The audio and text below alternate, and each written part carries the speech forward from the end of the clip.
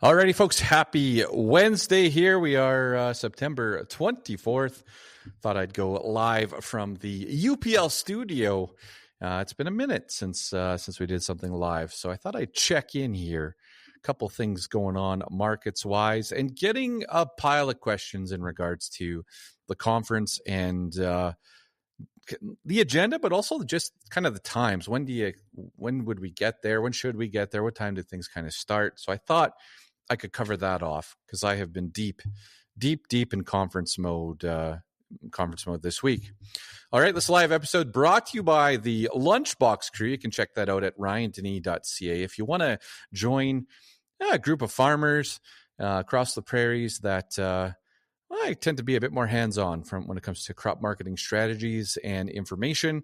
You can check that out. Send me a note, Ryan at dennyfarming.com, and I can get you the details there as well. So it's crop marketing, a little bit more detailed for those interested. All right. Markets-wise today, a couple things. We've got lentil values, the lentil growers out there. You know, you are seeing a little bit of just a little pop in prices, up a penny and a half or so for reds, small greens, large greens, starting to come off of the harvest low. And that to me is just a representation of you, the farmer, locking up your bins. All right. That's what I was mentioning to the Lunchbox Crew today. I think it's just, hey, here's a little bit of demand. Farmers have locked up their bins, little gain in price. All right. Any commodity that we look at here over the next few months, the rallies are going to be, in my opinion, a little muted and a little bit disappointing. All right. They're not going to be the large gains. Anything can happen during the growing season. Anything can happen in the spring. But until then, my expectation is large Western Canadian crop. Yes, we'll see gains, but they're not going to blow your socks off. All right. They're not going to blow your socks off. And hopefully they cover the cost of carry. All right. The other thing, some out there talking about a canola, the start of maybe a bit of a canola rally, or at least some support in the canola market. As of, recording here, the market's up about $1 a ton today. November trading at 618. I look back at some historics here, just the last decade. And yes, we do find a low in the canola market in the month of September. At a 10 years, I took out 21 and 22 because they just went higher. Or 2020, 2021, they went higher. Harvest on, right? So I didn't consider those ones. But we do make a low here in September. And then you get a little rally. You get a little pop-up in these markets, often mid-October to mid-November. In there, you get a little bit of a rally. And then some years, and this is a bit of my expectation right now, some years you end up hitting a little bit of a market peak post-harvest in the early winter, and then you can work yourself lower. You actually go past the harvest lows and go find a new low, and that can go all the way to late winter. Now, I've got John DePap joins me on the show this week. We recorded yesterday, so that'll be out in Friday's episode of the What the Futures podcast. And we just talk about, is this year, he did some research, is this year going to be similar to 2013, 2014?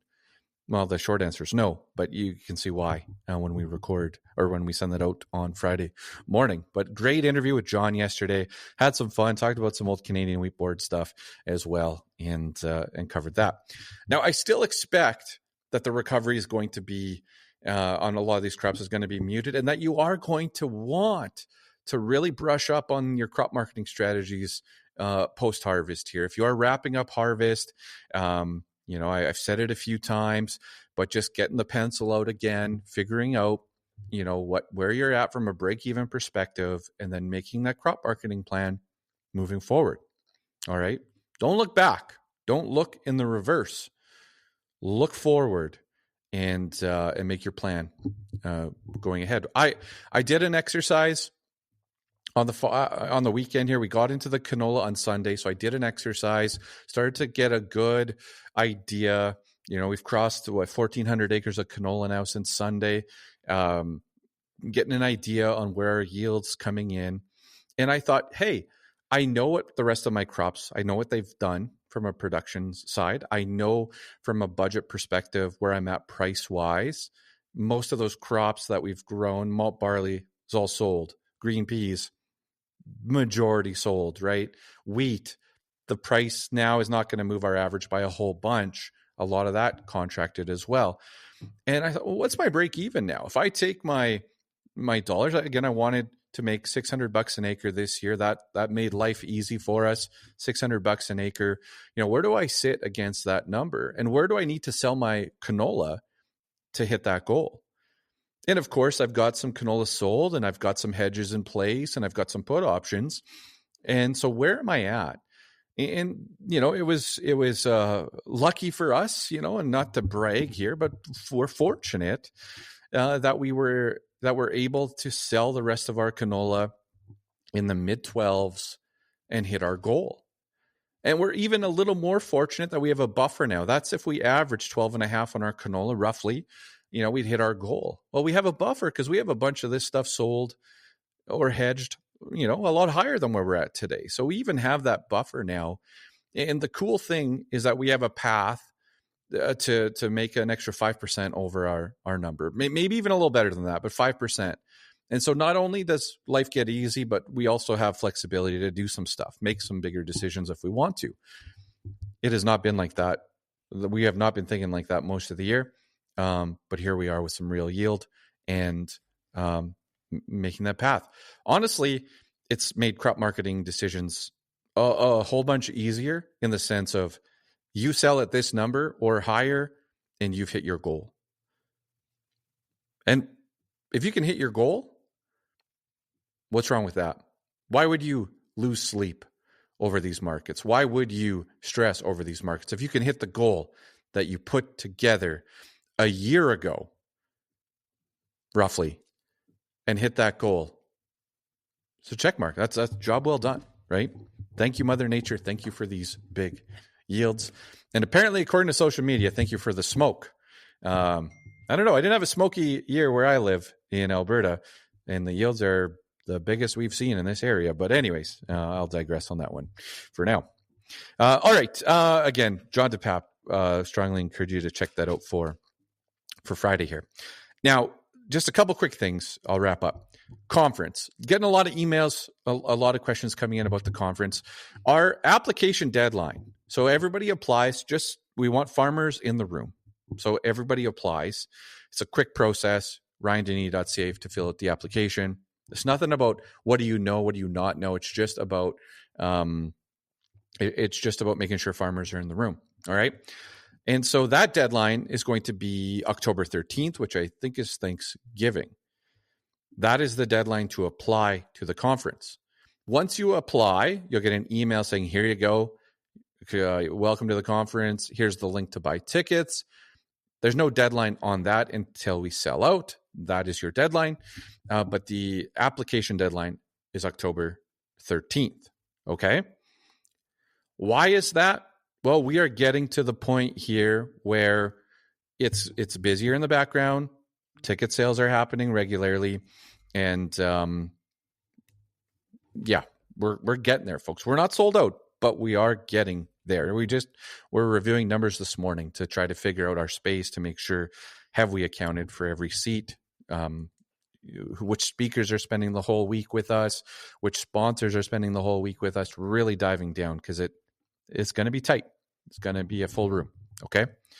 So I got asked the other day, well, Ryan, what time should we be in Moose Jaw, Saskatchewan? Tuesday, December 9th. That's when we kick off the conference. Registration is going to be open all afternoon. You pull up to the Temple Garden Hotel and we are going to be set up with our registration table. And it's a fun registration table because you're not just, getting into the conference, you're picking your swag. It feels like you're a little bit at a concert. You'll be picking your swag, those special items you want to take home with you and kind of getting set up. And the spa, the pool is available for you as well, right? So you can show up nice and early, get checked in, and go hit up the pool. We're going to do the welcome reception. It's going to start at 5 p.m. at the Crush Can. And this is not just the Crush Can. We have 2 spots, actually, in the same building. But you can go. We have a speakeasy. You can go have a cocktail in. We're going to have dinner there that night. And I'm going to get up on stage in the Crush Can and do my welcome. It's going to be a blast of an atmosphere. We've got all the games rented out in that space. If you want to shoot hoops, do buck hunter, we're going to have all that. There's TVs everywhere. We're going to have some fun with that as well. And that's the welcome reception. So if you're like, when do I have to be there? Tuesday, 5 p.m., it gets going with the welcome reception. The next day, Wednesday, we are conferencing all day. Breakfast is going to start at 7:30. It's going to run for an hour, but we will start with some pre-conference sessions at shortly after 8 a.m. Just a couple things we want to get going, and then I'll welcome everybody at 9 a.m. for that day, and we'll go all the way to 5 o'clock. All right, that's Wednesday, conferencing all day. Wednesday evening, I'm still waiting for our sponsor to sign their part of the deal here, so I'm not going to say that who's sponsoring this yet, but we have a very fun evening planned with tunnel tours. We've got a fun dinner that night as well, and we have a fun evening planned for everybody. Silent auction will be going, all that good stuff. And so that's Wednesday evening. Then Thursday, again, we're conferencing, breakfast at 7:30 again, conferencing, 9 a.m. to 4 p.m. That night, that afternoon. So the Thursday. All right. So those that were asking, that's where we're at from a conference perspective on the rough agenda. The speakers, the titles, all that's coming out in the next couple of weeks, early October. We're just finalizing that behind the scenes right now. All right, folks, for the What the Futures podcast, my name is Ryan. Thank you for tuning into the live show, and check out my episode Friday with John DePapp.